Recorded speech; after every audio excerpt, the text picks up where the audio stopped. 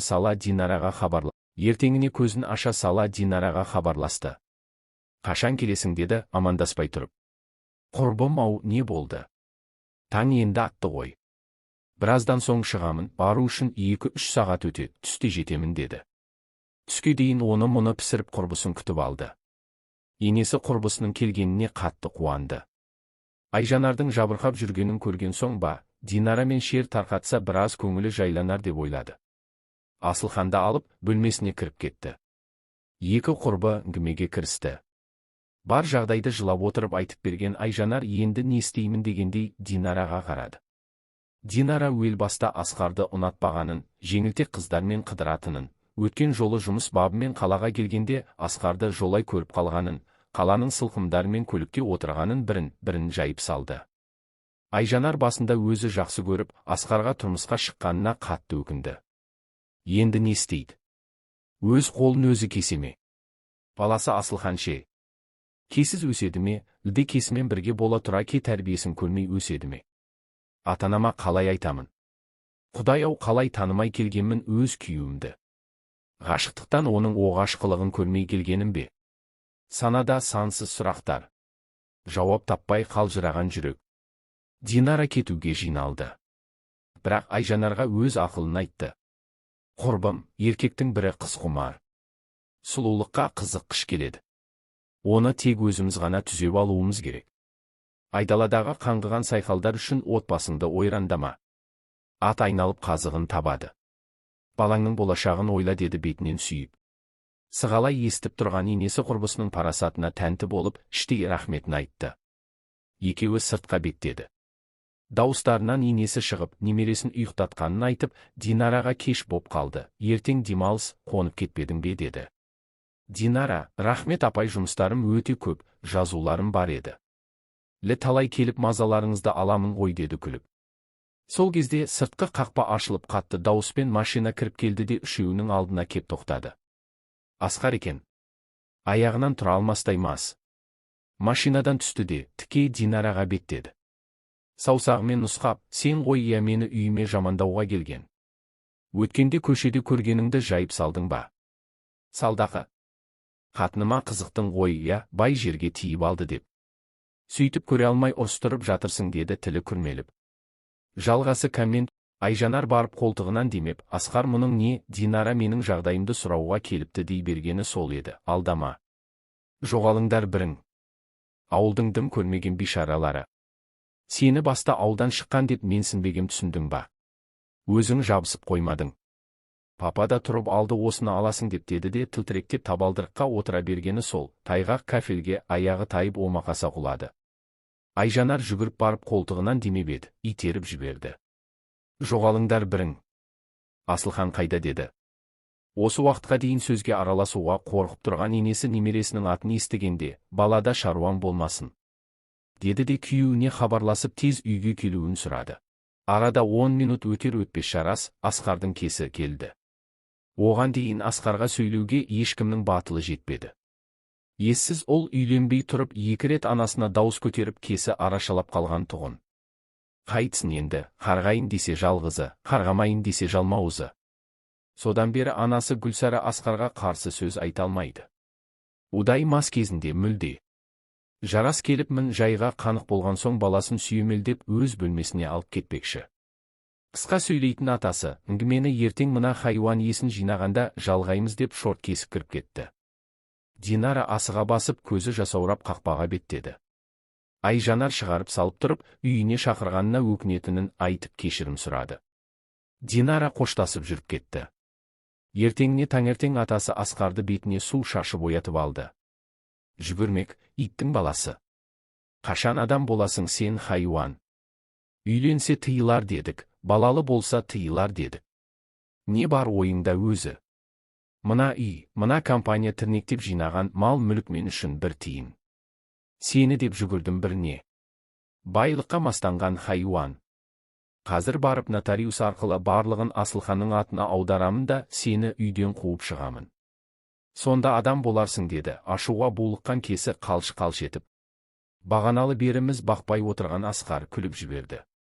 Сонда мен жаманмын да, менен туған күшік жақсы екен да иә. білгендеріңді істеңдер деп еді, кесі жағынан тартып жіберді.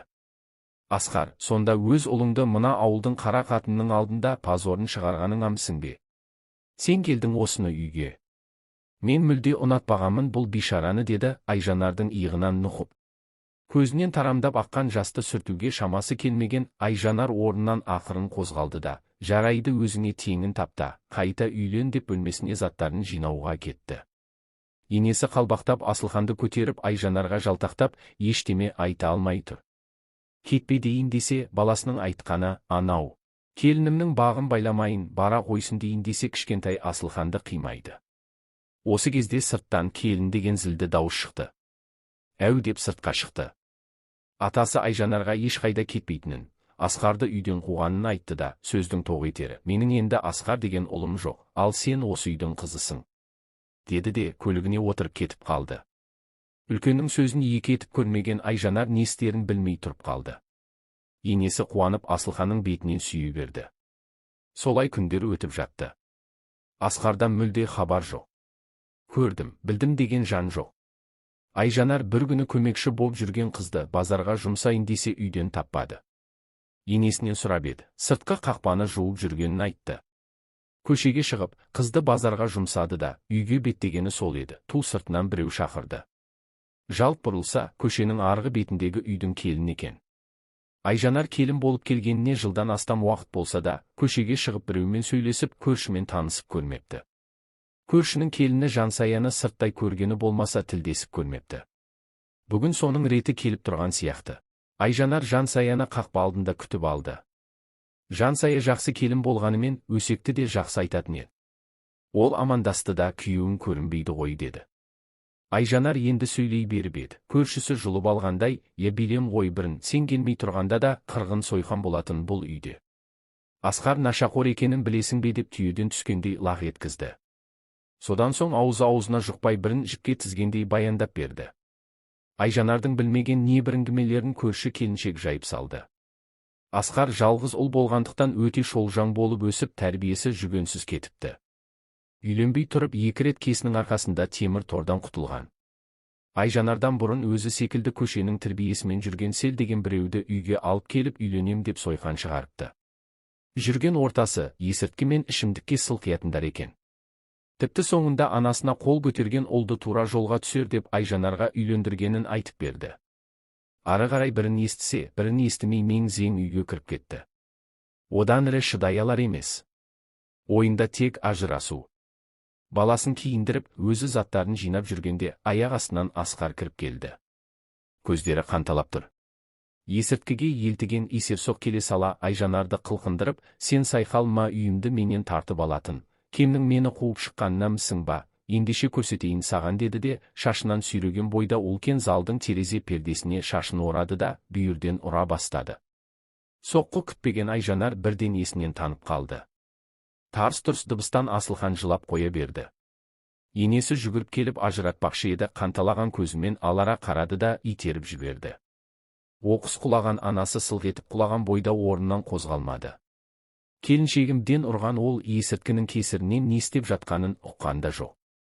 Бір кезде есін жиып, қан жоса болып жатқан Айжанарды құшақтап кешірім сұрап жылай бастады. Есі ауысқан адам дерсің.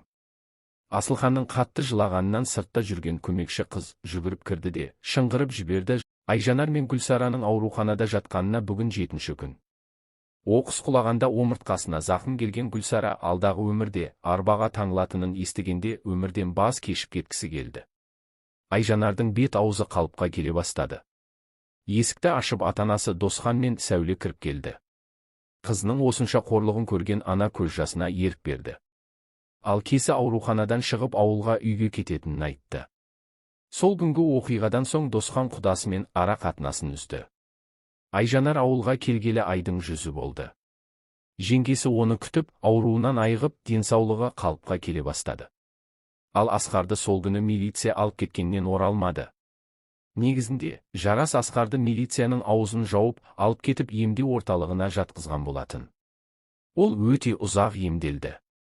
Бұл кезде Асылхан тити басып қалған болатын. Бірақ Айжанар төркінінен қайта оралмады. Ара-тұра немерелерін сағынған Жарас пен Гүлсара барып келетін. Қанша үйге оралуын сұрағанымен құдасы Досхан айтқанынан қайтпады. Солай күндер өтіп жатты. Айжанар баяғы амбулаториясында жұмыс жасап жүрген еді. Құрбысы кабинетке кіріп келді. Түрі өрт сөндіргендей. «Не болды?» деді Айжанар. «Сені шақырып жатыр сыртта», деді қалтырап. Терезеден қарап мелшиіп тұрып қалды. Айжанар келген Асқар екен. Жанында арбада енесі отыр. Сыртқа шығып амандасты. Асқарда үн жоқ. Басы салбырап, аузына сөз түспеді. Бір кезде Асылханды көрсем болама деп сыбырлады басын көтермеген бойда. Айжанар жылап тұр. Енесі тағы да үйге оралуын сұрап әңгімесін бастады.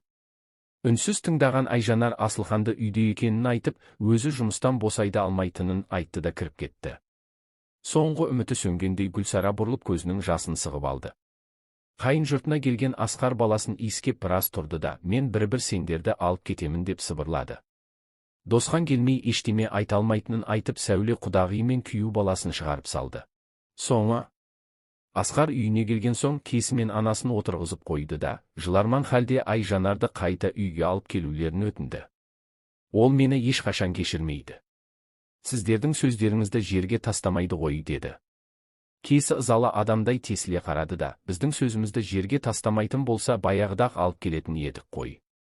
Өз қолыңмен істегенді мойныңмен көтересің енді», деді.